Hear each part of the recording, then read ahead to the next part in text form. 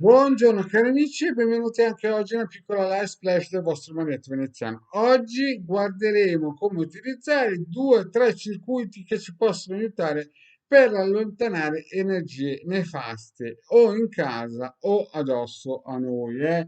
Magari ci siamo resi conto che il periodo non va, ci siamo resi conto che è da qualche tempo che cerchiamo di andare a destra e non funziona. Abbiamo cercato di andare a sinistra, non funziona. Abbiamo cercato di andare in centro, non funziona. Insomma, qualsiasi cosa che tocchiamo, non dico che diventa cioccolato, perché il Marietto queste cose non le dice, però insomma sembra che il cielo è il paradiso, sia un pochettino chiuso. Allora, uno dei primi circuiti è questo qui, da attivare in casa, da stampare, plastificare, mettere sopra gli armadi, sopra i muri, insomma, in qualsiasi zona della casa in cui si sentono delle energie nefaste, delle energie negative. Questo rimanda al mittente le energie. Ma questo è un circuito, o diciamo, generico, generico senza andare a cercare grandi perché. Funziona anche se uno non ci crede, funziona se piove, se c'è il sole, se c'è il buio, insomma, funziona sempre. Poi andiamo avanti perché più circuiti possono essere utilizzati insieme perché lavorano su vari tipi di frequenze di onde di forma. Questo è il basic, è proprio il base. Un altro circuito invece per farci avere un attimino di sprint è questo circuito, questi 72 nomi divini.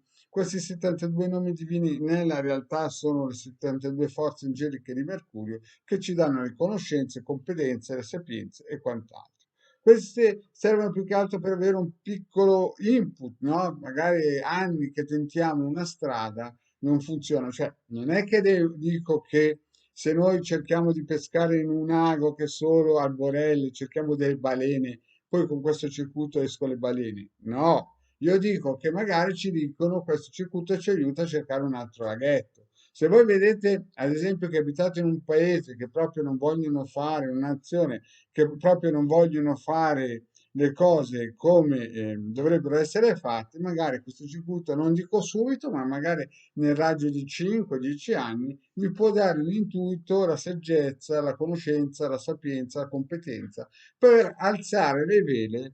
Il vento lo mette Dio, però voi dovete alzare le vele. Quindi ricapitoliamo, questo per dare una botta a energie negative, questo per dare una botta alla vostra coscienza, no? Per farvi accendere la luce e se continuate a pescare in un lago del Borelle pretendendo che escono balene. E poi andiamo sui circuiti per allontanare spiriti di povertà, di vittimizzazione. Ho già fatto una pillola riguardo a questo circuito, quindi andate a cercarla nel canale del vostro maestro veneziano. È un circuito che il Degala e il maestro veneziano hanno usato spesso e volentieri. È un circuito che porta dei risultati, quindi mettete il vostro testimone e dite e chiedete a questo circuito che è il circuito del sole, no? È un sole nordico, un sole gotico si può dire, di prendere in mano all'energia, alle vibrazioni solari, di prendere in mano gli spiriti di povertà, di vittimizzazione che vi perseguito e di allontanarli.